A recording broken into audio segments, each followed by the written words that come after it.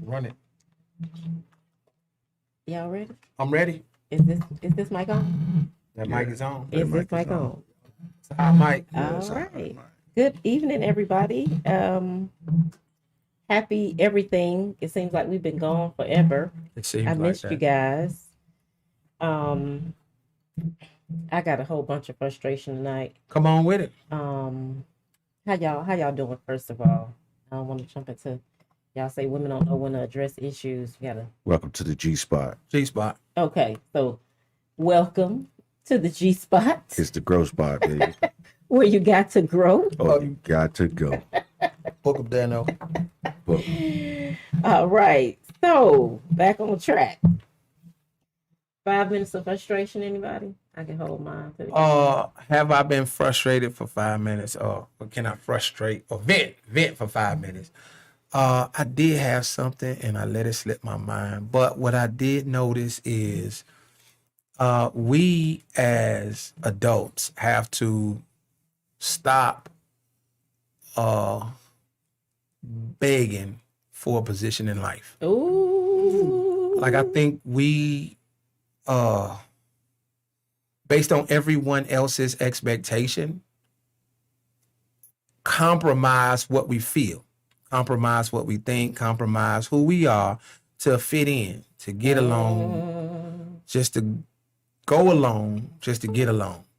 And I'm not into adults having to compromise who they are.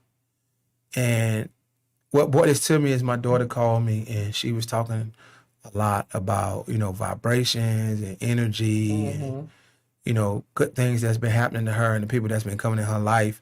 And, you have people that think because they're no longer a part of your life that your life shouldn't be as successful or fruitful as God designed it to be. So what I want to tell people is stop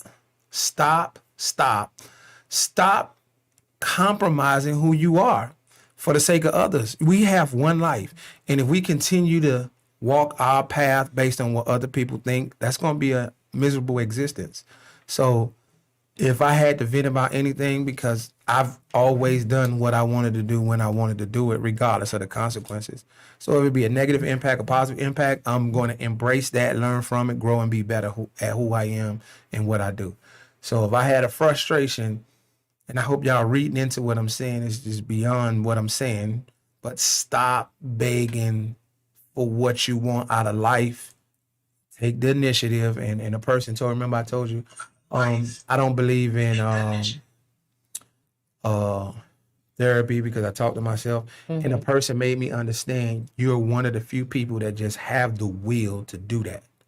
So if you don't have the will, you don't have the desire, you don't have the ambition, you're not in touch with a part of you that can push through adversity, find that and then go live your life. All right. So my trying to see which one I want to do first.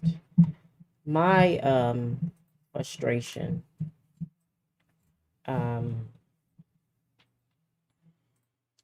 One is it's to the men. Oh, Why here we looking at me? go. Yeah, I'm listening. Go ahead. We listening. Go ahead. So let's not assume that, let's just say you foul that flag on the play, and you want to get back in. All women, some women, a few of us have substance. So buying us things is not going to be the way back in. That's not going to be it. Okay. Offering trips and dinner and shopping sprees and nice gifts and clothes and shoes. I'm quite sure there's women that beg to differ, but of course it is. So that's why I said the few of us with substance. got you. What I need for you to do is be honest, not re-offend, meaning you asking for forgiveness for something and then you go back and do it again after you get the forgiveness. and thinking that your money and your gifts or even your sex is going to make this right. It's not. I got a little more substance in that, and I'm going to need a little more effort than you going to buy something that is very, very easy. I need you to reach inside of yourself and come up with something more than something that your paycheck can pay for. Okay. So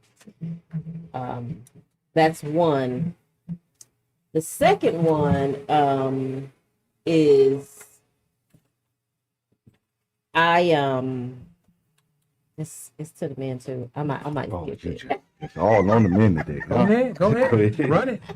Go right ahead. Hit it. So I saw this Facebook post. Y'all hear I'm tired. Y'all hear my voice. I'm tired. So the post was, I wasn't frustrated about the post. The post was like, can you, it was one of our topics before. Can you recover from cheating? One of the guys commented and said, these new women don't want to put up with nothing. Like our grandmas dealt with it and they got mad and they talked a little smack and then they just continued on, and did family, did life, and and he ended by saying, y'all need to be able to, basically just get over a man cheating. Just get over it. And his last statement was, it's just a piece of ass. Okay. So my frustration, and I'm really frustrated, I just want to give some friendly advice to men that think like that. When we start putting that vibration out there, like Nisi was talking about, the vibrations and frequencies, when we start to put that vibration out there that women should just get over it because it's just a piece of ass, what you're asking us to do is to conform on the inside. So it's a little thing that happens when we start to conform to y'all's behavior. It causes us to be desensitized. And so when we conform to your behavior, now we have women that start talking and behaving like Freaky V, which the men were all like, whoa, this does not sound right coming from a woman. Okay. But when you're asking a woman to desensitize and conform the way that she's set up, her thought process, her feelings, her emotions, when you're asking her to conform and bend and stretch all that to accommodate your lack of discipline, then now she could also take on that same behavior. So as a people, we got to be careful of what we're asking each other to deal with and to conform to, because it creates another person, another behavior. So I just want to put a friendly advice out there to the men, because I know how all the men responded to a woman, having that, hit it, quit it type of mentality, or the type of attitude, or wanting multiple partners at the same time, as the young lady on the previous show. I know the response to that, but that's kind of what happens when we reoffend and cause women to get to a certain place to where they adopt a certain mindset to be able to deal with the behavior of men. So I just want to put that out there that we I don't think that that's what men want. Yeah, that was crazy what Bruh said. I mean, I wouldn't have replied to that. Like, no, you don't want to conform. You don't want to become desensitized to infidelity. I wouldn't suggest that. That was a terrible analogy that he used, like get over it. Our grandmothers was financially dependent on our grandfather, so it wasn't that easy for them to get over it. Now women are more financially stable than they were then, so like you barking up a tree that you don't even want to be a part of. So I wouldn't suggest that, but I'm with Stan. Go ahead, I defer. Well, Go ahead. Yeah, Stan. that part. We've all evolved, and with the evolution of technology in itself, you have to understand the capability of getting over something so quickly is there. Our grandparents didn't have that. So bringing up the telephone or sending a newsletter was how you got information around. Now information is at your wit. So what I would say to that person that's saying just get over it, It's just a piece of ass. Don't forget that part. it's just a piece of ass and you're married. Okay. Now we Or as in a men relationship. aren't gonna take that same pain that We can't. you dish out. We Right. can't. We're not gonna do that. No, Right. we can't. So We're not set up to do that. in, Right. in the interim or the grand scheme of things, I would say to that person that said that is put yourself in that person's shoes. That's a great analogy. I like Yeah, that. men don't do that very often. Yeah, we don't Yeah. because we're selfish beings. Yeah, and I think not just the selfishness. I don't think that we talked about this before as well. I don't think men really understand the impact of the behavior and how it affects us. Because for you guys, it is just a piece of ass, Yeah. But for us, it's the betrayal, it's an offense, it's a disappointment, it's a letdown. It's a whole lot of stuff. That men don't look at it that way until it's done to them. I agree. But men don't love as often as we love. Like we could literally a conscious certain just a few of us. Yeah. We're not talking about all women, but Yeah. a conscious woman of substance, a woman that values certain things and values connectivity, for lack of better words. When she is intimate with somebody, there is a love there. That's just not there. Just, like with men, they just able to smash and never talk to a person again. For a lot of women have gotten to that. And see, that's what I'm talking about. When we start asking women to conform, we start to, have a process of evolution and go into different behaviors. But typically women are not able to do that. And so there's a love that's there for us when we're consummating with a man that men don't have for every woman that they right. So I think that I don't think men really understand the impact that those offenses have. Because for them it's just a piece of ass. For us it's like the end of the damn world. And I get it. Like I was talking to someone and I thought about some of the previous shows. First, I got to commend everybody that's a part of the show, even the people that's not here today. It has opened me up to think about some things that I didn't consider. And like sitting next to y'all and y'all venting as far as, some of the pain and disappointment y'all had to endure in life when it came to the opposite sex, it's made me consider some things that I didn't consider. Right. But, there's a fraction of society that perpetuates those thoughts. Absolutely. Men and women. Right. And if we have an opportunity to turn that corner, it's gonna take us to do it collectively. So Right. yeah, that mentality he had, just get over his piece of head.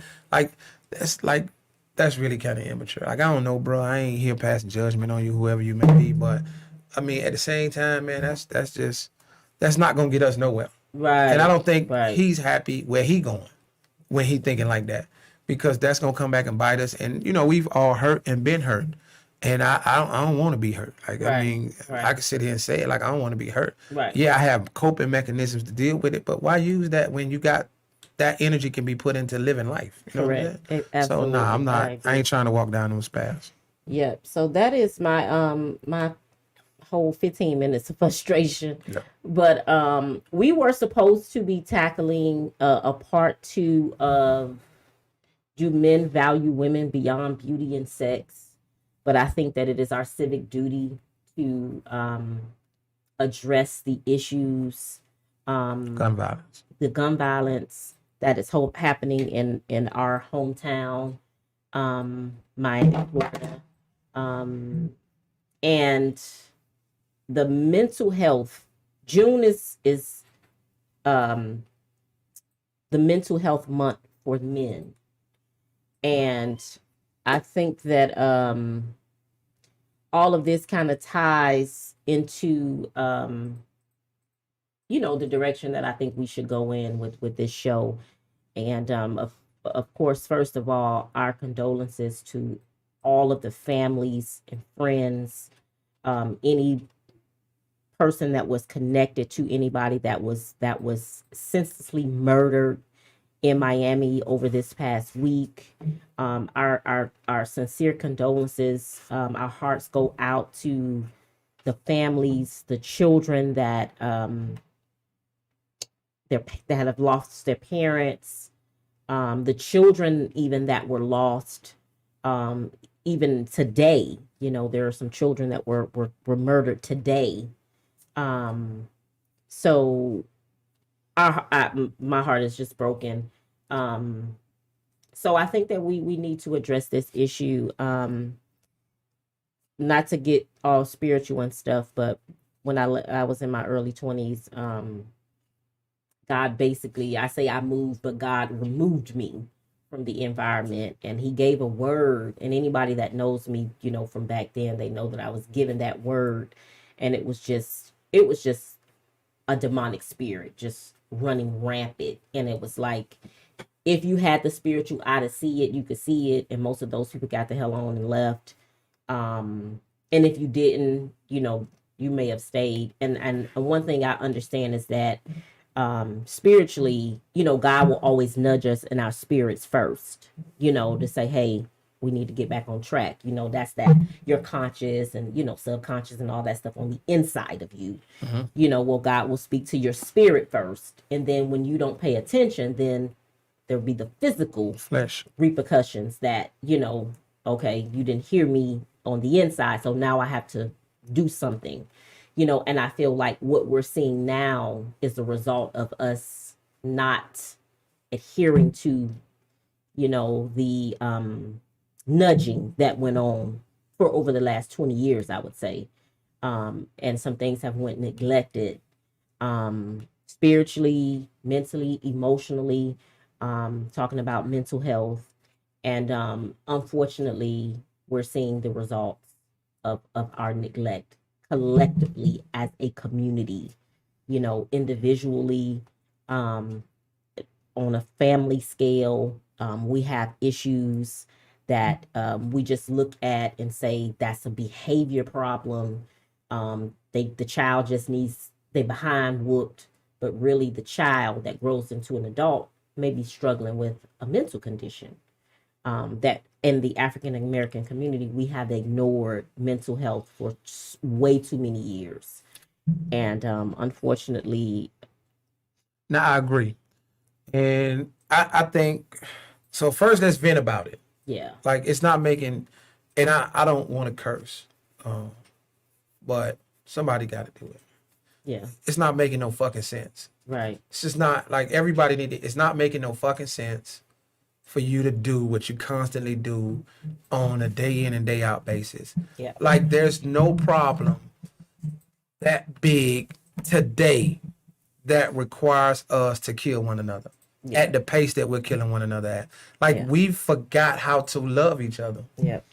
There's society, there's little to no love in society, no appreciation, no apologetic gestures, no gestures that is warm in society anymore. There isn't any.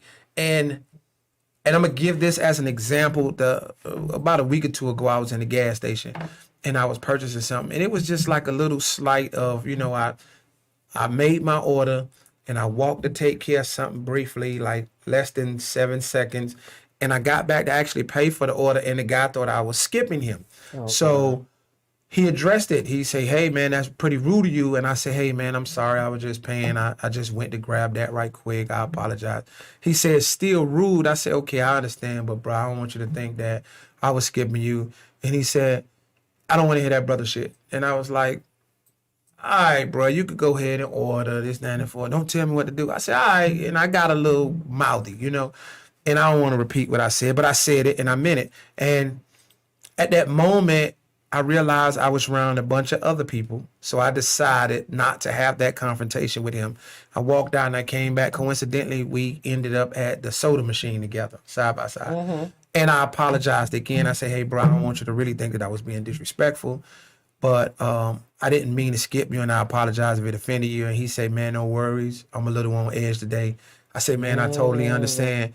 But that extra effort, that extra olive branch to reach out, because he that's my brother. Like, what am I without my brother? Like, so that extra effort is everything. That determines life today. That Right. determines if we go home to our kids or if we don't. And it's just a couple of words. Like, I'm sorry. Those are 2 words. I am sorry. Right. Well, if you say I am, but I'm with apostrophe, but it's just 2 words, and it means the difference in a lot of situations. And what happens is, what we're watching today in society is a direct effect of fathers not being in the home. Yeah. Like, ladies, yeah, you got to do it. You chose to have a baby from the man you had the baby from. If for whatever reason it didn't work, whether it be your fault or his fault, but whoever fault it is, you got to eat 50% of that 50% of that responsibility, because it took 50-50 to make this baby. So now you're stuck in this situation where you have to do it by yourself, and because there is no structure at home, like there's no guidance, there's no outlet, there's no direction, no blueprint, no nothing. We have kids going out with no understanding, zero theory, zero understanding, zero everything in life, and they're making decisions, and it's detrimental to the rest of us. We have adults that's afraid to go out. They're afraid to be in society with us, adults. So if adults are others, or all of us are afraid, can you imagine what the rest of society is doing? And now we're demonized as bad people. Right. And you see it, like, Stin, I didn't say nothing, but when we were in Copeland just then, I mean, I'm sitting to the bar. Somebody else comes sit to the bar. The waitress come in and address, like you. I don't care if you walk by him. I was here first. You don't address him first. You address me. Right. Like I was like, and I sat there and looked at her, and she was so pleasant to me after the fact, but it don't negate from the fact that you identified with somebody before me. And I can tell you why. I know why, but it's just sad that we can't even see each other in that light. Well, for the most part, it's a lot of, it's called displaced aggression, because things aren't going right in your life, because things aren't going right at home. You're going to take it out on whoever you feel you have power over. This is a common practice within police, corrections, fire, whatever. Whenever you get up that rank, things aren't going right at home. You come home, you come to work, and you just a complete idiot. So not being able to address anxiety or anger issues at home prior to you even actually getting that job. So let's go back there. A lot of times what we're going through now is that we're afraid. We're afraid to take that, so to say, ass whooping, because that's going to do something to our reputation. But your reputation really isn't anything once you get behind those doors. Now, this goes back to play with how we know. A lot of us aren't exposed to people with psychological issues unless you're in one of those fields that have to deal with that. Prison, county jail, or mental the health hospital, facility. Yeah. crisis stabilization units. So we wouldn't know it out in the community. How to identify it. Correct. Because I never seen a psych patient until I went. Right. Well, you didn't know that you were looking at a psych patient. Right. You did not make So, the connection. Right. As far you might, when we was younger, you might be like, oh, he's just acting stupid, or Right. something ain't right with that boy, Right. or they'll say he got the devils or spirits on him and whatnot. What have you. But we didn't know it was psychological issues. Right. Correct. So once you getting this information out there, this is one of the most powerful things there is. And I'll tell anybody, go, if you having that anxiety, you working, whatnot, what have you, you are paying for insurance. This is covered in insurance. And some employees give it to you free. Right. You can just go and have a general conversation. Or a very, very small copay, maybe $5 or $10. Yeah, I mean, you know, To nothing get major. you, sometimes you need to hear somebody else to hear your plight in order for you to be able to understand it Right. before it actually drives you crazy. Because I've seen it. I've seen where somebody do something stupid as far as take a picture and it gets out there the wrong way. They go and blow their brains out. Now, was that really like something that was so big? Right.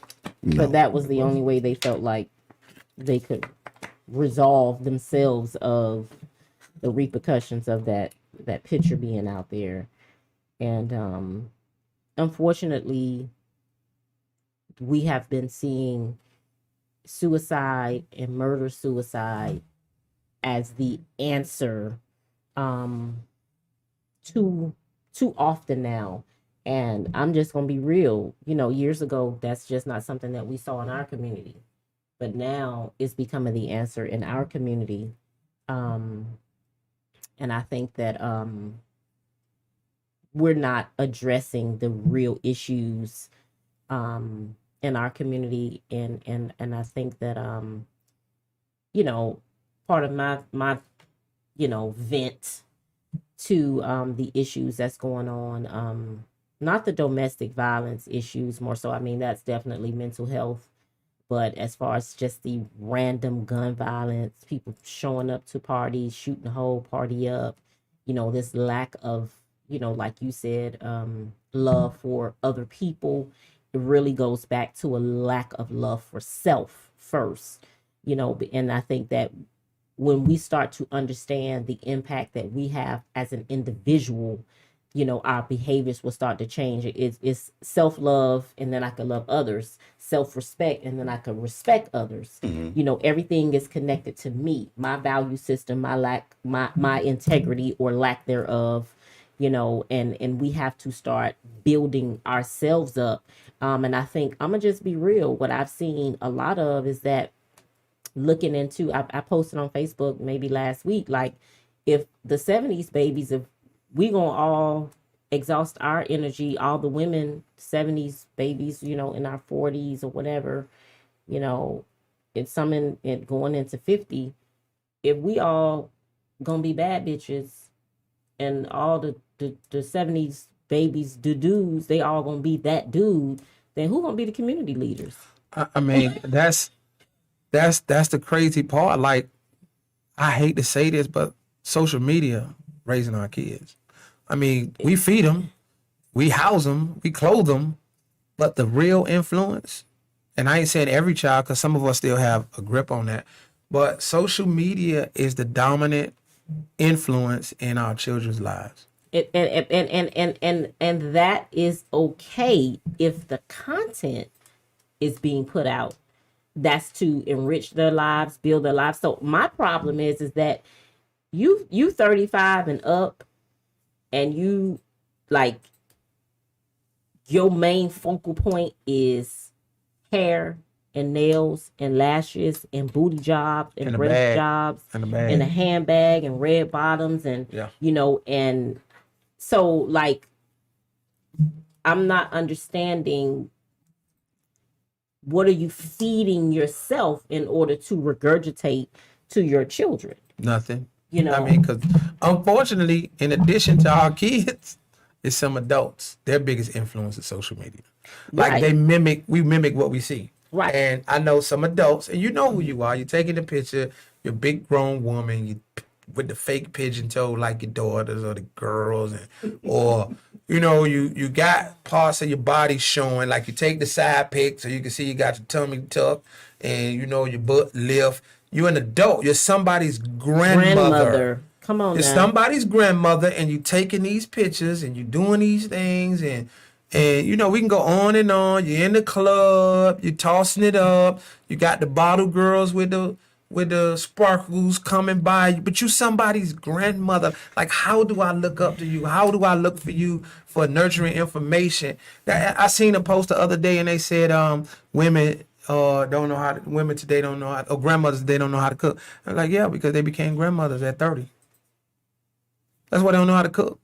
It's just not enough. They haven't been poured into enough, and they're not pouring into their kids. They're just house. See, people think if I house them and I Bound clothe for them labor and clothes. and I feed them, I'm taking care of My my job is child. done. Come on, man, you know better. And than you that. are. You know better. You're than that. taking care of them, but you're not raising them. And that's that's two it. different things. That's it. It's not happening. That's it's not happening. yeah, It's not and so evident. that I think I'm calling the women out, 40 and over. Let the 20-year-olds have their time. Let 'em because have it. y'all in the camera, y'all at the club, y'all on the corner, y'all everywhere. They They don't supposed to even let want them to be. have their outfit. Listen, they don't want to be called a grandmother no more. But They Mima, Well, a I'm Glima, Mima. a I'm Gma. on Gma. You gotta- grandma. Well, But see, you gotta. Mima is old school. So I'm Mima. I know Nana and Grandma. I don't know Mima. I don't know Gma. It's country. Okay, well, it's a part of the country. I don't know. Yeah, I don't know about no Mima. Mima's That's just. country. I feel like it was all bull crap. No. Like your grandma act like a grandma. But some of them don't. They want to take their pictures, then they post those pictures on social media, and then their kids Yeah, or I don't know nothing about grandkids, TikTok. their Yeah. kids or grandkids see these pictures.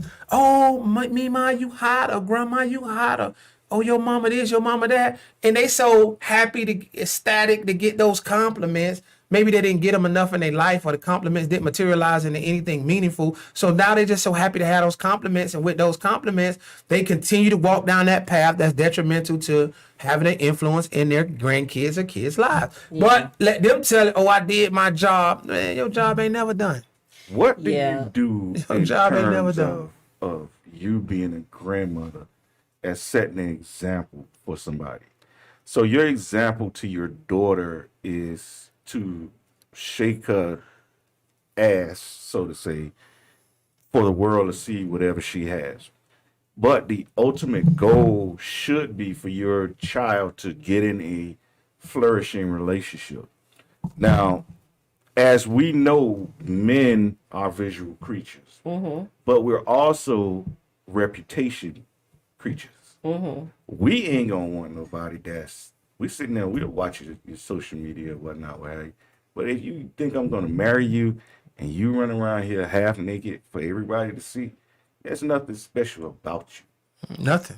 Absolutely. Therefore, why would I even waste my time, effort, energy, money into that type of person? Absolutely. So this is my call to them. I'm calling the 40-year-old mothers, the mothers and grandmothers out. Hold up, before you say that, hey, bro, don't think we ain't coming back y'all way. Oh, y'all yeah, gonna eat this. that's- Y'all gonna get this work too. That's But what I'm go going. ahead. That's where I'm going. Keep going. I'm calling them out to let's get back to y'all remember when your grandmother used to sew a hole, you had a hole on your shirt? That's how I learned how to make my straight leg pants. She would sew, Yeah, sew they can't even do that. I don't Remember the think- thimble, the thing you put on your thumb, Yeah, so if you thimble. go through it and hit your And thumb, hit the your little metal thumb. thing. You tell a person to go get a thimble. What is a thimble? Yeah. What is that? Yeah. Actually, you think that's what they think it is. They think it is. It's not. They do have one in the Monopoly game. So, but it's displaced on what it's used for. But I'm happy that my mother is. I think she's 6. She's going on 67 this year, and that's kind of younger compared to some other people's moms. And moms my age are usually like 70s, maybe even 80s. I talked to a girl, her mother's in her 80s. So my mom was a teenage mom. My grandmother was also a teenage mom. I was a teenage mom. So there was a cycle that, repeated itself. However, there was a value system that repeated itself as well. And so my mom, I learned how to cook. My daughter is 23. She cooks like a 50-year-old. My daughter, she's 23. She sews. She knits. She's knitting, like, I don't even know how to knit nothing, but she knitted her daughter a blanket, those type of things. And those are the type of things that I like to hold on to. Because ultimately they're not only is it for me, I am a gender role person. So I think it's a womanly duty but it's a skill set because that's something that could be used to make money. She could go into alterations business. She could go into knitting blankets business. That's a big business, and I'm just calling the women out to let's get back to our gender role. I know we making money. I know we able to pay our own bills, but I think that we are operating in a broken, overloaded system because we are doing dual duties. It's like we want the benefit of a man, but not the responsibility to a man, And a part of your responsibility to a man is knowing your role. And I know women hate to hear, your role. That's like saying submission. That's like a cardinal sin. They hate to hear that. But we all have a role. If you feel like there is a role, that a man can play in your life and relinquish some of the things that you feel like he should do and still be considered a man, but then there's not anything that you could do, and the man can say, okay, well, you don't have to cook, you don't have to do this, but you're not gonna tell him he ain't got to pay the bills. You feel like he's still, in order to be considered the head of household, he should be paying the bills. But then in order for you to be a helpmate, you don't have to cook and clean and just do womanly things. That's BS. That's a double standard. And, to the men, I can't say this enough. I mean, I understand men say all the time, we don't marry these Instagram models. We don't marry these women that's shaking their ass all over the internet and this and that. We don't marry them. But I'm going to say two things. It's glorified too much. If you're not going to marry it, don't even hit the like button. Don't jump in nobody's inbox. And then we have too many women of substance that's still single. For men to say they're not marrying the Instagram models, because I'm seeing a lot of women with husbands that dress like they single. All right, so I recently had a conversation similar to this. So this is I'm gonna try. Okay, so it's gonna be two parts to this. Two parts. It's gonna be the old me, because that's how I used to think, and that's how some men think. So I gotta address it that way. So the old me, if you Instagramming, Facebooking, popping it, doing that, the old me, I'm gonna take you up through there. I'm gonna take you right up through there. Like what you're looking for, I'm gonna give it to you in the worst way. As long as we walk away happy, everybody happy. Like you put it out there. I'm a man. I took advantage of the opportunity. It is what it is. No regrets. No, oh man, I shouldn't have done it. Like no. You put it out there, you market it. We're talking about marketing. You market it that way, so it's going to be addressed that way. Now, the new me, I'm mature enough now to know that that's going to be a dead end. And I have to make a decision. Do I want to give that energy of time? Time, our most valuable commodity. It's just not worth my time. Like, and I can do it day in and day out, but like I got more important things to do than address you and yours. Marketing strategy. Marketing strategy. Good way to describe that. To address you and your marketing strategy, I just got too much. I got other things to do that, so I just won't put the time in. Now, men, we have to give these women something to aspire to, like, because we take the path of least resistance. It's not going to take much. I was explaining that, girl, and it was so easy. It didn't take much. So why I put in this work with this woman of substance when I got this run of the mill right here, and I could still get out of this with less energy. Even though I don't get any substance, it's less energy. So we all want more for less, right? So we do that. Now, men, we got to be confident in ourselves enough, or we have to have lived enough to be okay with walking away from a situation that's just not worth it. And that's how, bring it back to where we started, that's how the structures in most homes are set up. And that's why the relationships don't have no foundation, so therefore they don't last. And there is no positive influence in the child's life. So now the child's value system is based on the decisions of the parents. Correct. The parents didn't make the right decision because their guilty pleasures was more important than what was best for the family. Correct. And now we have these kids making decisions because they don't even understand all the ramifications associated with why mama made that decision. Right. They didn't know the lights is about to go out. Mm-hmm. They didn't know, mama didn't say she was tired, she didn't want to go to the grocery store. She just said she was tired because she didn't have no money to get to the grocery store. Right. See, they didn't know these things, and now they see mama making these decisions, going there, closing the door. So now that's become life, and I can attest to that because I grew up in a society where, certain things we did in our neighborhood was life. Like, I didn't know it was something else. I didn't know I had another choice. I didn't know I had other options. So I got consumed with what I saw. And then my education kicked in. And then I was involved in social programs that I was able to reflect back on and realize I do have a choice. Like, I don't have to do this. Right. I don't have to do it. And when I made that decision, I created a better situation for my children. I became a better father. I became a better son. I became a better member of society. But again, it's me realizing that I made those mistakes and had the willingness to atone for those mistakes. Right. But Absolutely. there comes a time in your life, we're all over 40 here. Mm-hmm. The same things that we, we may not look it, but, we are over the 40. There comes a time in our life where the things that we used to be entertained when we were younger no longer entertains us now. Right. So in that aspect of it, you also have to look at life. Okay, if you're a parent and you're being a parent to your friend, not a parent to your child, not a friend to your child, you have to understand there's certain things that you do in front of your kids that are appropriate. There's certain things you don't do in front of your kids Right. that are inappropriate. So when you have these kids being raised these days to like you said, see his mama got Uncle Buck in the room, and then 2 days later, Uncle Steve in the room, and then 4 days later, she shaking her ass in front of her goddamn kids. I mean, come on. Really, who raised you?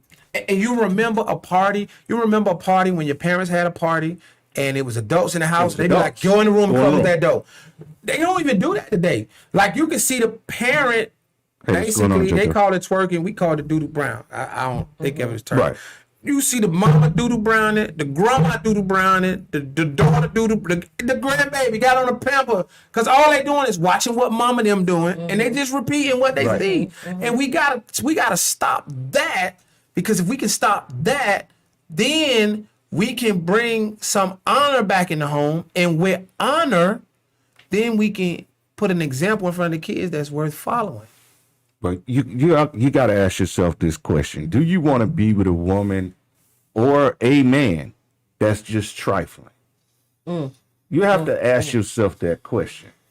Because if you're easily enticed by somebody that's of that nature, then you yourself, like we had conversations before here, there's something lacking within you. Because the man in the mirror is going to tell you, look, you over here with this broad, and this broad is not worth trash. You know it. Everybody else can see it. So if you're just willing to just say you want that person just because it's a piece of ass, okay, come on now. Realistically speaking, it's the sunk cost fallacy is going to take effect. That pain is going to be the same amount of pain that's here, the same amount of pain that's going to be here. You have to make an adult decision to cut that foolishness off. Right. So let's go equally. Women, we put a lot on y'all shoulders and say, hey, women, black woman, we need you to step up. We need you to do this. We need you to do that. We got to eat 50% of that, men. We got to eat that. Like we're terrible. We're horrible. We're not giving a woman something to aspire to. We're not. Like, we've watered down the expectation, so women have watered down the product. And even a little deeper than that. I was having a conversation in Miami to Atlanta the other day with a guy. I can't really remember what the topic was. But one of the things that I told him is that for me personally, this is a personal thing, not a community thing, but for me personally, I don't feel that most men that I've met, and some that I've even dated, really,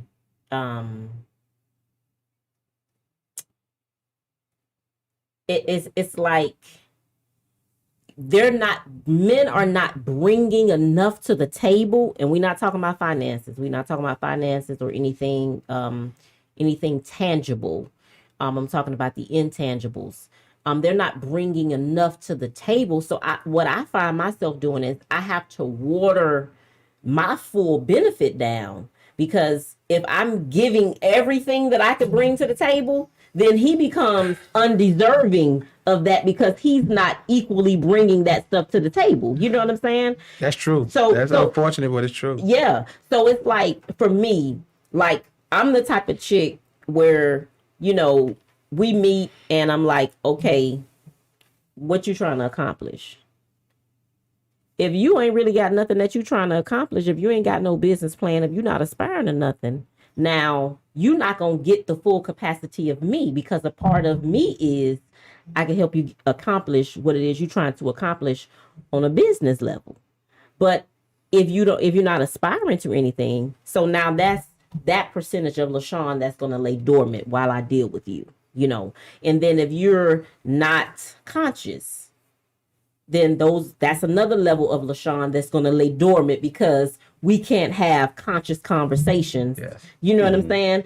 Okay. And then we can just keep breaking it down. And so the less and less a man comes to the table with, the more and more I'm going to put on the shelf. Yeah. Yeah. You know what I'm saying?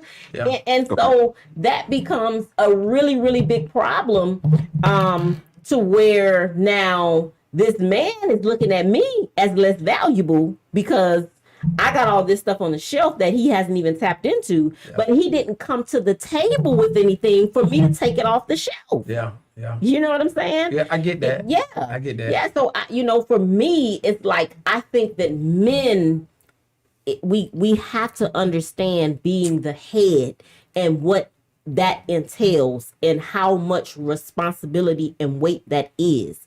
When a man, like, God is not going to give you a woman that's finished.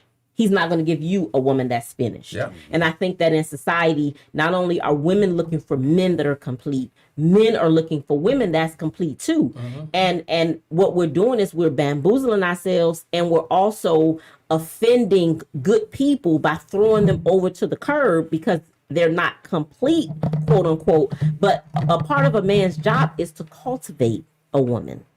And so even if you meet a woman and you meet her and she got her own this and her own that, there's still some things as a man that you can come in and you can reshape.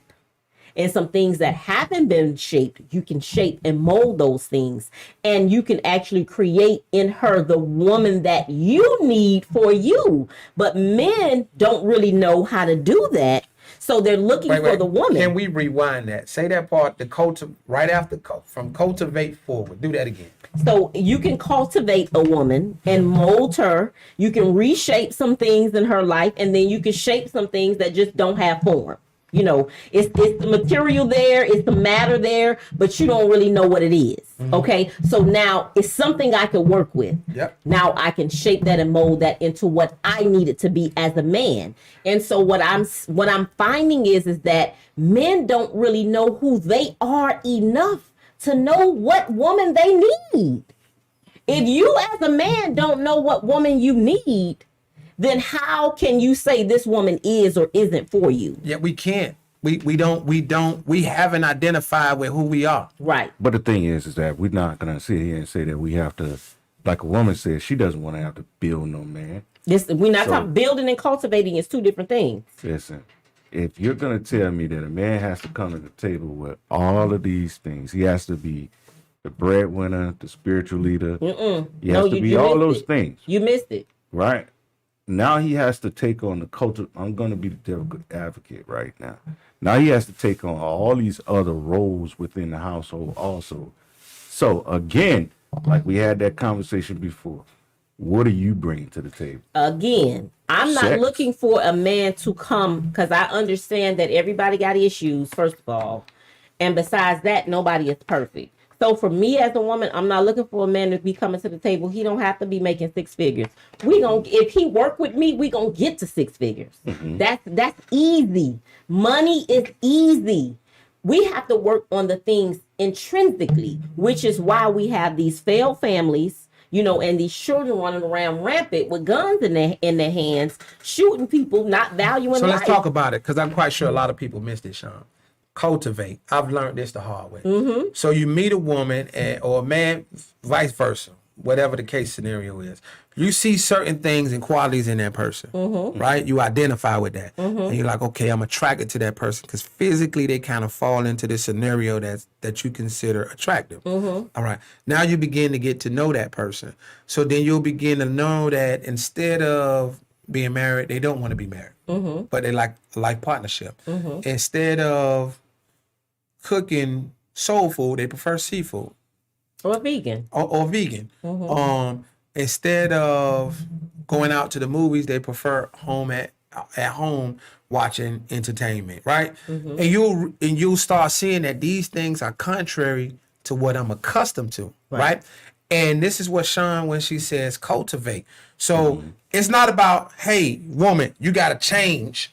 You gotta go out, you gotta cook soul food, you gotta, what was the first example? Let's just say dress a certain way. No, it's not about that. It's about, okay, she's here and you're here. So let's meet in the middle. That's the cultivating. Let's meet in the middle. Let's get an understanding. Then we can go back to our corners. So now I know that I have to be open and make time available for us to entertain at home because that's what she desires. And she understands that she has to be open, occasionally going out to the bar and watching the game with me because that's what I desire. That's the cultivating process, right? Okay. Because now we're mutually getting an agreement that satisfies us both, right? Now, that's the obvious. So now it's some things, for example, wearing certain heels. She may have not shown an interest to wearing the heels, but doesn't mean she's not open. Now, I prefer, personally, I love a stiletto, right? She never said she won't wear a stiletto or she hates stilettos. She just never wasn't an interest of hers. But if I took the time to find a stiletto that's comfortable to her, liking, and it assembles or part of the assembly or whatever, the outfit, right? Now that's when you're saying you can cultivate and mold some things that had no form. Which may inspire her to wear a different type of dress just to match the stiletto. And I didn't know this prior to recent, but from my experience and in addition to sitting on this panel, it begins to make sense. Right. It makes total sense for us to take the time because no one is ideal for us. Right. It just looks ideal. You have to get in and work on it. You got to shape it. You got to mold it because she come with these, like, for example, a strong black woman, independent woman, or a single mother. They used to change the doorknob on the thing. Yeah, it might not be 100% right, but it worked. Right. Right. And that's on the simple side of cultivation. Like you might have to say a couple of times, I know you used to doing this on your own. Yeah. But I got this. Don't touch this door handle ever again. Or when you don't jump out at this gas station. I know you used to pumping your own gas. Sit back, right. I'm gonna give you, for me, like I'm gonna take this thing personal.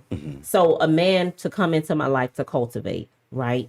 And so there's some things that I've already done, right? There's some things that are still a struggle for me. So right now, I would say I'm about 40 pounds overweight. Okay. Right. So I tell you, I take care of that. Come on to the gym. Yeah. So that's cultivating. So for a guy, like, man, she kind of cute or whatever. She got her head on right. She got a little stuff together, whatever. But that's not my body type. I need somebody that's a little slimmer. So you got a lot of guys that will pass me up because I'm 40 pounds overweight, right? But then there's going to be a guy, one special guy, who see all that potential, right? And gonna be like, the weight, No problem. Right. I We can got work on this. that. We can work on that. We got Right. this. Right. We're gonna meal We prep. got We're this. gonna hit the gym. Oh yeah, we got And this. then what's gonna happen is he got a woman with a good head on her shoulder. She got a little something going on, and then he gonna cultivate the physical part. You know, come into her life and take some of that stress away from that stress eating that she do to cause her to be 40 pounds overweight. You know what I'm saying? He's gonna come in and take some of the stress away. He gonna come in and help her reorganize, reshape, remold some things, you know, put some things into a better perspective as far as time and having time to work out, you know, and all that, and making it fun and doing it with her. And then now he found himself with a total package. He got it. He got it. You And he know what took I'm saying? and he took it was actually a cheat code that he used. Right. Because if he went the other way and the physical was there, but the mind was that's gonna take way much more work. Right. So I'm like, man. Exactly. That was because Mid-range. Sean, you still saying Exactly. hold up, man. I tried this other that ain't working Yeah. for me. Let me try this over here, man. And see, and so, Yeah, that's it, that's you definitely figured out the cheat code. Yeah, that's cheat code, Because yeah. I tell men all the time, you better go get you somebody with their head screwed on right Yeah. and hit the gym. Yeah. Rather than, you know, they already hit the gym, but then you got to go to the counselor. Oh, man. You know what I'm saying? Oh, you, man. Y'all got this thing twisted. You know, and that's where, especially at this age. Yes. I've sat on both sides of that. Yeah. I've tried Yeah. it both ways. Yeah. And I know the way that worked and the way that That's backwards. That is not gonna man, work. look good. Yes, man. yes. It was just looking good. I can tell y'all some stories, Boy, man. look here. It just looked good, man. Boy, hey, boy, I got some stories. I'm talking about like, whoa, I thought I was living. Listen. And then I heard something come out there. I was like, what the what? No. Oh, yeah, it's over with, man. It's over with. I ain't telling That her. not- But she saw it, boy. It's over with. I'm out. I'm out. Yeah, yeah. So that That is mental an is not example right. of how Yeah. to cultivate a woman. Right. Right. And remember, we're talking about this because we're not harping on relationships, but we can't fix our kids until we fix our us. relationships. Yeah, we gotta Period. fix us. But so gotta it's, fix- it's still back to gun violence, but these are the avenues that we have to travel down in order to get to that resolve. Like we gotta fix our like I compel anybody who hear this at any point in their life, go out and be kind tomorrow. Yes. Go out and be Yeah, just kind to do one people, day. man. I see people all the time, face be balled up, walk by me. My partner taught me that. I had a partner, man, old Fo. Fo say, man, Huggerboy, you know why I speak to people? I'm like, why? I said, man, you be speaking to them, cat, man, you know they don't like you, dog. He said, yeah, man, I do that on purpose. I get in front of them so they can't avoid me. Fo kind of tall. He like, man, I get in front of them so they can't avoid me. I make them speak to me, man. I want them to know ain't no malice in my heart, man. And he said, as much as they hate me, every single time I break my neck to speak to them. Yeah. And I used to be like, man, I ain't doing that, man. Right. But now I understand his message. Yeah. And I'm like, bruh, you right. Like I see people be walking, don't even know me, just mad, look like they're trying to avoid me. I kind of lean, hey, how you doing? I'm a big guy too, so I put a little bass. Hey, how's everything? Life okay? And I do that intentionally, and you'll be surprised. They face me frown, but when you speak and reach that hand out, they smile. Yeah. Some people actually smile, Yeah. and they're happy that you did it. Right. They're ecstatic that you took the time out of your day instead of being angry and displaced like they are, and just spoke to them. Yeah. Just be kind. Let's just go out, try to extend some kind of kindness. In traffic, it's okay to let somebody in the traffic. It's okay. They're not skipping you at the lunch line and at the last plate. They just want to get in the traffic. Let people in the traffic. It was crazy, man. I mean, people literally want to fight because you want to get in. Yo, that's what a merged lane is designed to do, is allow me to get in. Let me get over. Well, we're not gonna talk about traffic because I got a whole. Oh my God, man. What you call it? A whole series. Oh, man. And if you riding slow, get in the right lane. Lord, Get in the left lane, man. Listen. Oh, get in the right lane You somewhere, gotta check man. my car out when we leave. I got a display board of what happens with Oh, traffic. man. Wow. What's going on with No, you? I make fun. I drive slow. Get in the right lane, man. Really? You Get in the right lane, man. go. Hey, listen. I never drive thought Hold on. If that. you call my wife right now, everybody call me driving daisy. Hey, listen, I will bro. not listen. I don't get on the expressway because I want to go past 65. I Really? go back street home every while. Oh wow. I would never Yeah, I ain't thought doing that that. you were a slow I driver. drive slow. I ain't Listen doing to that. that. Your personality does not say slow You know, driver. hey, You know them Wow. old Cubans, man. You know them old Cubans. The old Cubans. They used to ride them Because big the new old cars, Cubans man. can't Them drive. old Cubans. The new Cubans getting to it. You gotta. But the old Cubans. Cubans, Car driving today. them old Wow. Cubans drive slow, man. That's weird. I They would take their never time. thought Aye, Poppy, aye. Yeah. You in a rush? Go right ahead. Go. Super slow, man. Yeah, 50. that was them before they learned how to read the street signs. Yeah. Oh, they hitting it now. They had Lamborghinis roaring down the street. it. But yes, that's what happens, man. We got a question.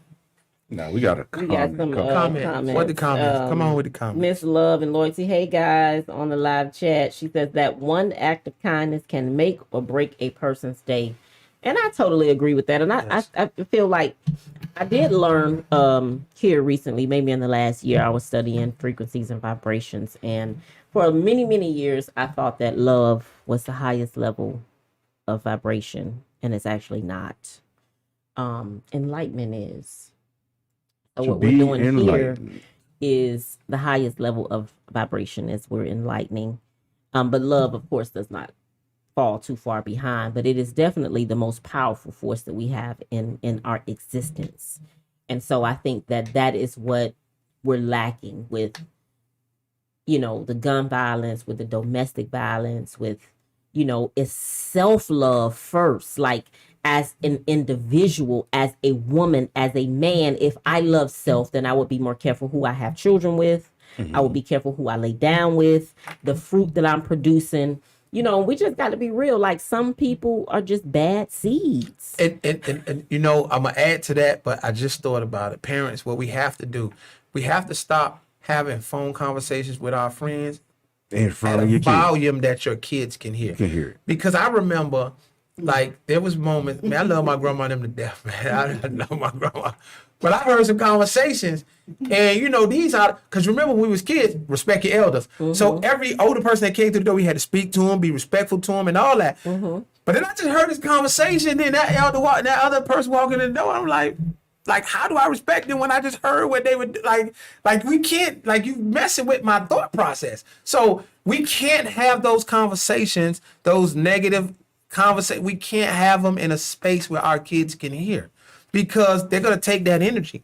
And that energy is going to bite us, because all we're going to do is, as a kid, give back what we saw or So I heard. got a life hack for that. This is, of course, for anybody that's got, kids that you could leave home for a little bit. So I got a life hack for What's not talking. So when you got to have those conversations, we're going to kill two birds with one stone.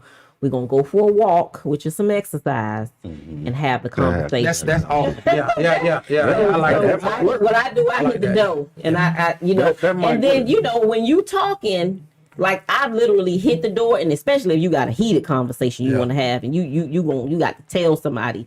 Like, I found myself, I have walked for an hour and 45 minutes, Yeah, because you had to have that conversation. and I that needed to have this conversation, and before I even recognized or realized it was an hour and 45 minutes, but I got an hour and 45 minutes worth of cardio in. And we got it, and it has to be done. It works well. It works well Yeah. if applied appropriately. Yeah, It works well. Yeah, so that's a life hack. When you that's got to another talk thing. and you got to get away from the kids, just go take you a walk. Make So, sure your phone charged. And, Let's slide in the difficult part. I'm gonna try to be as objective, the mental health side. Like, I don't. So I'm gonna again reinstate how I feel about mental health. Now, for those that need the help, you need counseling. If you know that you ain't got your stuff together, hey man, don't give me those scenarios. I'm gonna give you an example of that. I was writing an insurance policy for a lady, and she was a clinical psychologist, and her daughter was ADHD, and I was like, she's not ADHD. I'm talking to her this time. She said, no, that I treated my daughter. I know what she is. I said, well, how? We just had a great conversation, this, that, and the fourth. And she said, imagine closing your eyes and a bunch of lights flashing everywhere. I say, okay. She say, that's how her mind is. yeah, And I say, do she see the lights? no, it's just her And attention. she said, one, yes, that's how her mind moves, like Right, a bunch of lights exactly. flashing. But two, she see the lights. So let me tell you something. I've been seeing them lights since I was a kid. And I know I have an attention deficit. Like, you can be in mid-conversation with me and my mind can drift, right? And I'll be like, what you said, that means I just allow, even, and I'm looking right at you, but my mind will drift. And no one never diagnosed me with that. Right. So what I did to cope with it, literally, when I close my eyes and I see those lights flashing, I play with the lights, man, in my head. So I was the kid in school that I wanted to hurry up and complete my assignment so I can daydream. And if ever I had a classroom with a window in it, Melrose Elementary, if y'all know, that's one of the few schools that had windows in the classroom. But at Melrose, I love sitting by the window. Melrose over by the bus terminal, Central Garage, off 36th Street. It'd probably be like 34th Street Never heard of and it. 30 something Avenue.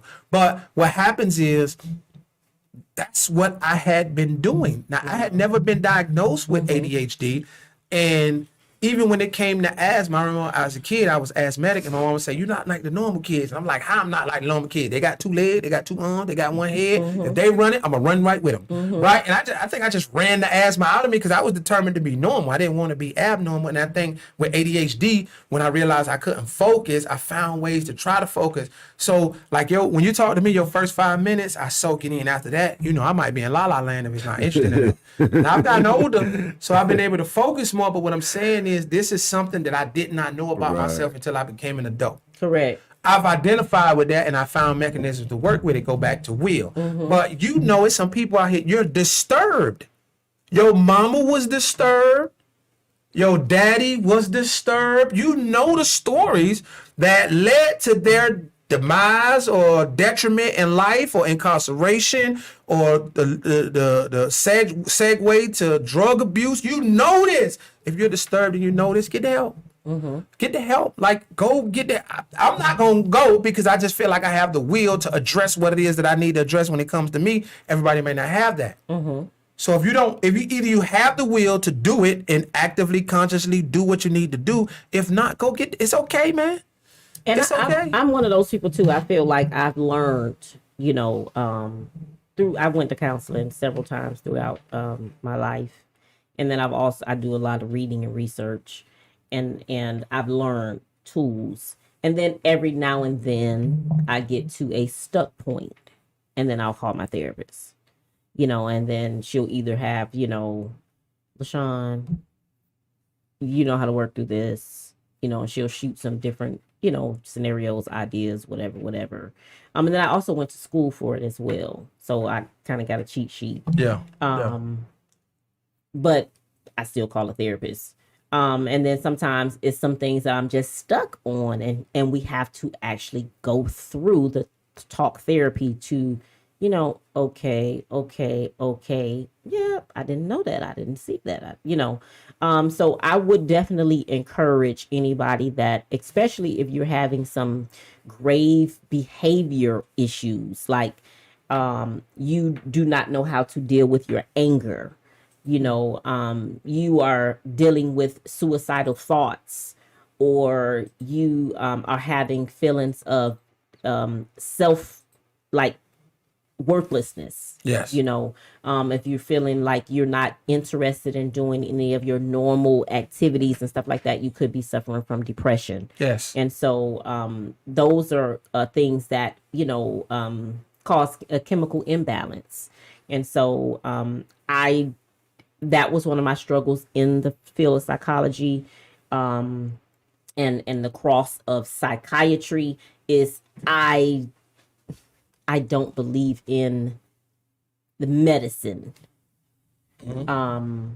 And so I had a hard time with that whole thing. But some people do need the medication. Some people definitely need the therapy, to talk. You did. What, for therapy? Did How'd you it go? You want to laugh? You want to be for real? No, for real. We want to laugh and be for real. Is your mic on? Shit. They ain't gotta see me. Yeah. So Can basically, they hear I had some episodes in my life where my temperament is like, everybody know my temperament is just crazy as shit. So I actually went off on my doctor like 4 times out of frustration. So she made it mandatory I see a psychiatrist. So the day they did an evaluation, so they called on the phone to do a pre-screen. So the first thing the lady said, are you easily agitated? And as she was saying that, she was typing in the background. So I said, is that you typing? She said, yeah. I said, well, that shit irritating me already. Lord. That was the first 2 minutes. Go disco. Wow. I said, that's irritating as hell. She said, well, sir, I'm sorry, I got to do my job. So it went from there. She asked a bunch of questions. And, of course, I ain't never thought about being suicidal. I ain't none of that. But I told her, I ain't in the happiest place in my life, but I know I can handle my temperament better. And I do realize I'm the type of person who can cut somebody out at 5 o'clock and then eat lunch with them at 5:10 like nothing even happened. Right. That's literally me. Like people that know me don't even pay me no damn attention. He'll be all right. So I had my first appointment today. And it's kind of embarrassing, but I don't know if it took me to cuss a dot, but I had a reason to. Yeah. Right. In your head anyway. In my head anyway, exactly. The bigger part is you acknowledge that you had a problem and you needed some help. Right. Like a lot of us know we got a problem. Actually, I'm not gonna take that credit. I'm sorry. She put in The my doctor, record. I had to do it because I'm getting treated for something else. Yeah. So if I didn't go through with it, I ain't gonna lie to you. So I'm not gonna take that credit. If I didn't go through with it, it can come back to hurt me on what I'm going through already. Yeah. So I had to make the appointment. So, but, Well, but it felt good. I ain't gonna lie to you. She asked me about 50 questions, and it felt good to answer them questions. And for some reason, I felt free to finally speak up on stuff. Now. I felt free as shit, and everybody know me. Y'all my circle. I got a small, you know what I'm saying?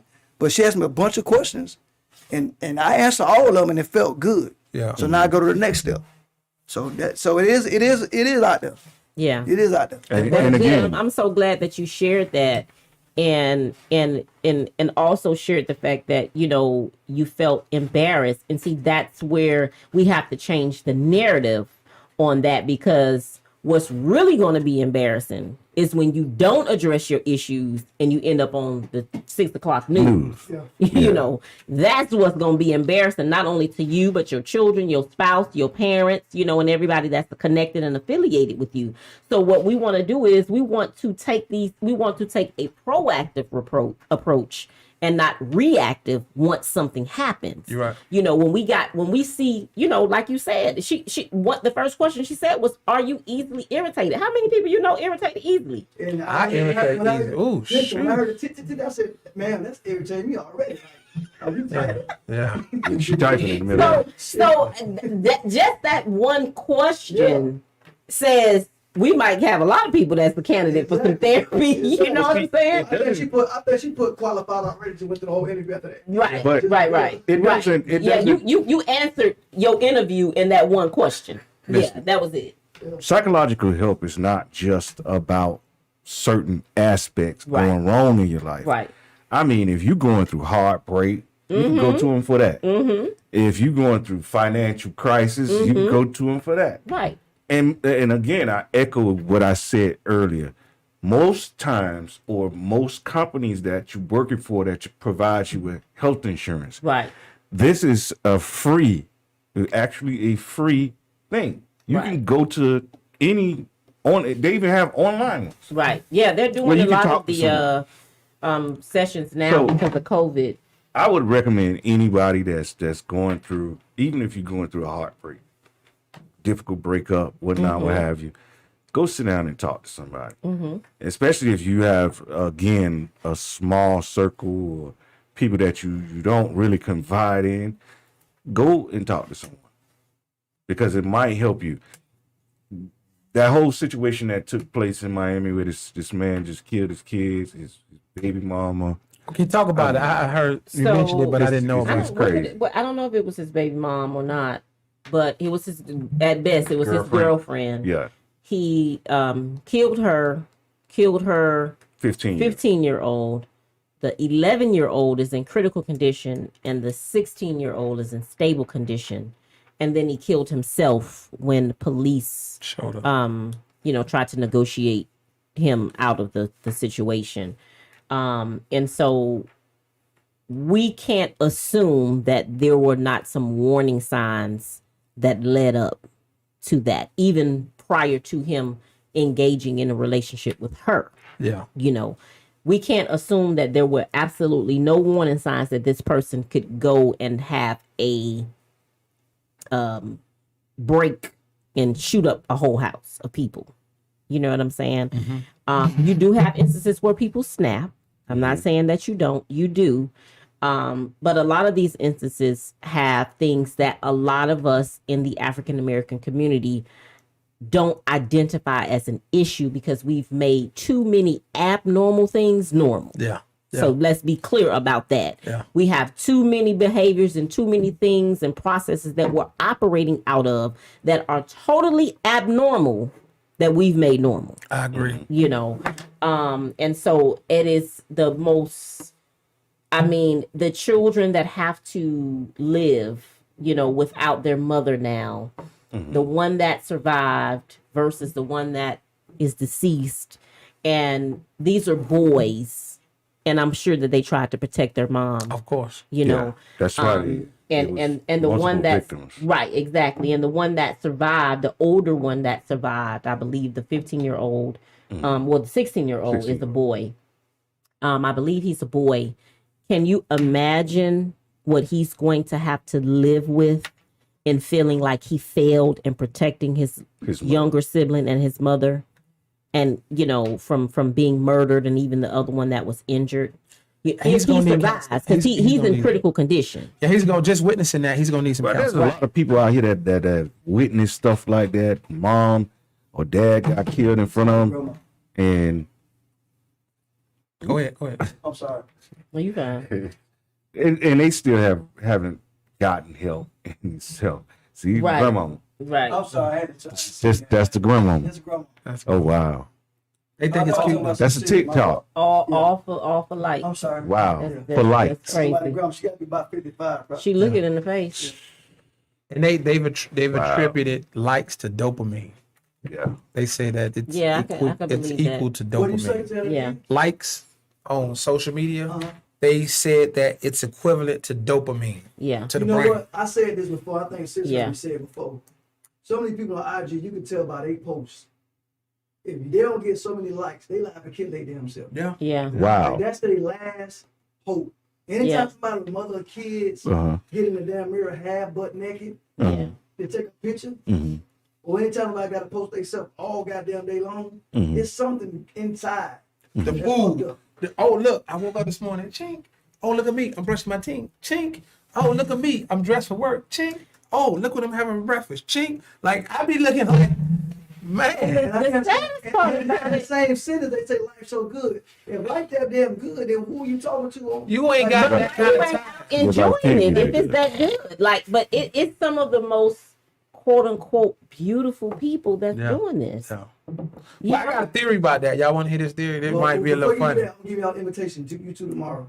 I got a show tomorrow called Lies Behind the Beauty. About 6 o'clock.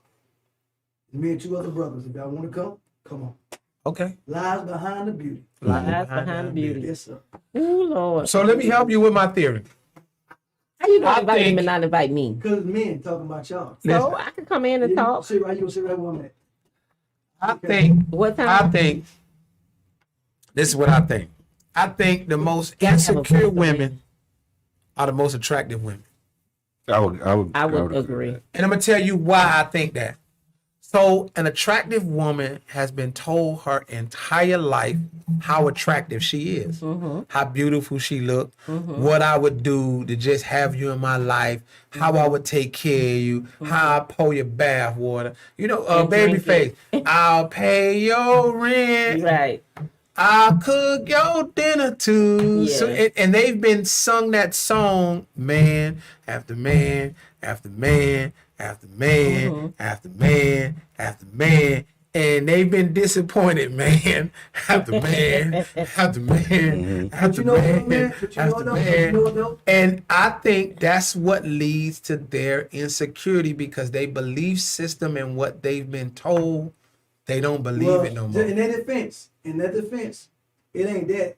We have slacked up too. Yeah. So a lot Yeah. of the women have seen they daddies or their granddaddies treat their grandmother or mother like that. So they Yeah. thought they can get the same thing. So some of the blame us, we to blame too. Yeah. I get that. Absolutely. Because we don't cut off so Yeah. They ain't get it. They ain't get it out the blue. They see it somewhere. I'm not saying we're not to blame. I'm just think saying that's the what theory. you're saying perpetuates the reason. I think what Disco is saying also perpetuates the reason. I agree with both of those reasons. What I will say though is it has a little more depth to it in the fact that because a woman has been glorified and she's gotten through doors that she normally would not have been able to get through had she not looked the way she looked, and she's been, afforded some things just because of the way she looked. A lot of times, women and men do not develop themselves intrinsically that causes them the insecurity. Like you have a lot of, like the theory or, the saying of, the dumb blonde, that's because you are so pretty that you did not educate yourself. You floated through school, somebody did your work for you, or you did the bare minimum and you still got passed. And so the insecurity actually comes from knowing that there is a grave lack on the inside. Educational, mental, emotional, spiritual. So that's where, like the only thing they have to offer is what you see is what you really gonna get. Yeah. It like for real, not just a cliche saying. Yeah. So that causes insecurity. Say that again? What you see is what you gonna get. And you ain't seen nothing yet. So I think that's what causes, the true insecurity is knowing I really don't have nothing else to offer other than how I look. You know what I'm saying? Yeah. And so what you said perpetuates that. And then what he said perpetuates it too. And I definitely think that men have a really, it's like men are telling women we want wives and we want women of substance, but that's not what you go for. It doesn't seem realistic to a woman like me. Yeah. Because I ain't trying to toot my own horn or whatever, but there's no reason why I don't have a ring on my finger if that's the sentiment of men. Yeah. You know what I'm saying? So I think that ultimately, I hate to put it on the men, but ultimately, when we start to say all these children are being raised by single women, why? Women are not just choosing to be single mothers. Yeah. You know what I'm saying? Well, we haven't stepped up. I mean, it's just bottom line. We haven't, as a people, right? We haven't stepped up, and that's not meaning just men. Fathers, the village. The village has decayed. Correct. Because guess what? As a man, if you see your homegirl is a single mom, if you see your cousin is a single mom, see your neighbor, as your homegirl struggling as a single mom, it's okay to extend that hand to help and not expect nothing. And not try to sleep with her. Yeah, it's okay. It's okay to just have a friend and say, man, here you go. I'm gonna help you out. Let me pick your sons up and we're going to the barber shop. Let me take them to the barber shop. It's okay. It is okay to do that. I'm working on my car this weekend. I'm coming to get your sons so they can learn this life skill. Yeah. I know you need an oil change. You need a set of tire. Let me call my man, see if I can get you the discount without expecting something. Right. Now, what you doing Friday night? A lot of nothing. A lot of the problem in today's society is that a lot of these kids sit on these video games all day. All day. When I say all day, they sit on from the time they wake up in the morning to the time they go to sleep at night. They're on these video games. So their interaction with just nature in itself, where we used to have to go outside, play, then we come back in. So we develop social skills. Right. So, and a lot of that comes from the mothers. Pacifying the kids. Not necessarily pacifying. See, I don't think that we are having enough compassion for each side, because I'm gonna tell you, as a single mother, I've been doing this 27 years. It ain't easy. It's not easy trying to figure out, you got a child right here that's got an issue. Do I nurture this child as the mother is supposed to, or do I discipline this child as the father is supposed to, but he ain't here? So now the mother is in a difficult situation, because you have too many mothers that are having to discipline a child, and it confuses the child because the nurture is supposed to come from the woman. Yeah. The discipline is supposed to come from the man. But if the man is not there, now the woman has to try to balance this thing, and it's not in her innately to be a disciplinary. Yeah. So it's like everybody is looking at these women and saying they're doing a horrible job in raising these children. And maybe we are, because I'm gonna say it. I'm not one of those women that's, oh, I don't need no man. No. That's foolery to me. We do not know, because we do not have what was, God didn't give us what children needed from their father. Exactly. He gave us what children needed from their mother. Yes. So I think society, the Black culture, is putting way too much responsibility on women to raise 100% children with 50% of the information. Totally agree. Like, that makes no damn sense. Totally you know, we pacifying them. That's what we're supposed to do. We are nurturers. We're not disciplinaries. Yeah. You know what I'm saying? That's not what our job is. So if you see your homegirl, if you see your sister, if you see your cousin, if you see your neighbor pacifying her sons, go over there and get involved. Even if she allows you to, get involved with that. Now, if she crazy and, you know, some women like, get up from over here, what you trying to do, whatever, then, you know, you did your due diligence as a Black man, where you tried to intercede where you saw a Black man's presence was needed. I agree. But I think the time has come for women to actually decide what they want. See, because we can't continue to do this whole women. decide. Men, we have to decide as a people, men and women, because as many, if you can write a list on what you think women need to do, I got a list that's twice the size, twice as long as what men need to do. Correct. You know what I'm saying? Because ultimately, the man is the head. The man is But the you have head. to ask yourself, you want to be Miss Independent? I don't want to be Miss Independent. I need help. I think women have become independent because they had no choice but to be They had no choice independent. because they went along with the program. No, that's foolishness. That's foolishness. Because I ain't went along with no program. Wasn't even I ain't went along with no program, but I didn't have a choice. I ain't went along with no. I don't subscribe to the feminist movement. Okay. But I'm strong, and I had a very person that I hold dear and near to me today just text me out of nowhere and say, you are one of the strongest people that I know in my life. And I said, I don't have no choice. Yeah.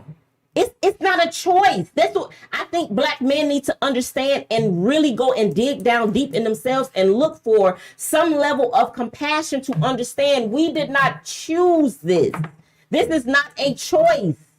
We didn't. I don't choose this. I don't choose to be strong. It was all designed, like Planned Parenthood. It was all the design to break. Social engineering. Yeah, that I agree with. But again, the choice is left up to us. So regardless of what tricks or traps that were set, we still had a choice to do the right thing over and over again, through and through. So what I'm saying is, Black men, I hate to say that, but Black men, we've made the wrong choice for far too long. And it's impacted our children. And some of us may not, because again, they feel like we clothed them, we fed them, we housed them. So it all made sense. But in the bigger picture, like, look at the product you put on the field. Right. Like, look at the product we put on the field, and it's not up to par. So if it's not up to par, we got to look at ourselves, man. We can't keep blaming the system or the white man, or like, man, them people ain't got nothing to do with it. Them people going to do what they going to do, and ain't nothing we can do about it. It's just we got to choose day in and day out to make the best decision for our families, and we just haven't done it. We dropped the ball. We did drop the ball. Yeah, I don't think that Black men really understand their ability. How much power they have to make a difference in society. And if no Black women ever say it, I am the one that will say it. You guys have the key to turn this thing around. Yeah. You have the power, you have the ability, you have all the tools, you have everything. Like they say, God ain't doing nothing else for us. Yeah. Everything that he done is done. Everything you need as a man is already on the inside of you. Now you have to go and pull that stuff out. Invest your time and your energy into building yourself and the people that's around you. Stop taking. Stop being a taker. Give of yourself, and not just your money. Give of your time, give of your energy, and more importantly, give of yourself mentally and emotionally. That's what we need. We need love. We need compassion. We need consideration. We need that from man to man, from man to woman, from woman to woman, from woman to man. We have to change the dynamics. They wrote the story. We got to change the narrative. I agree. We have to change the narrative. We can't keep blaming each other.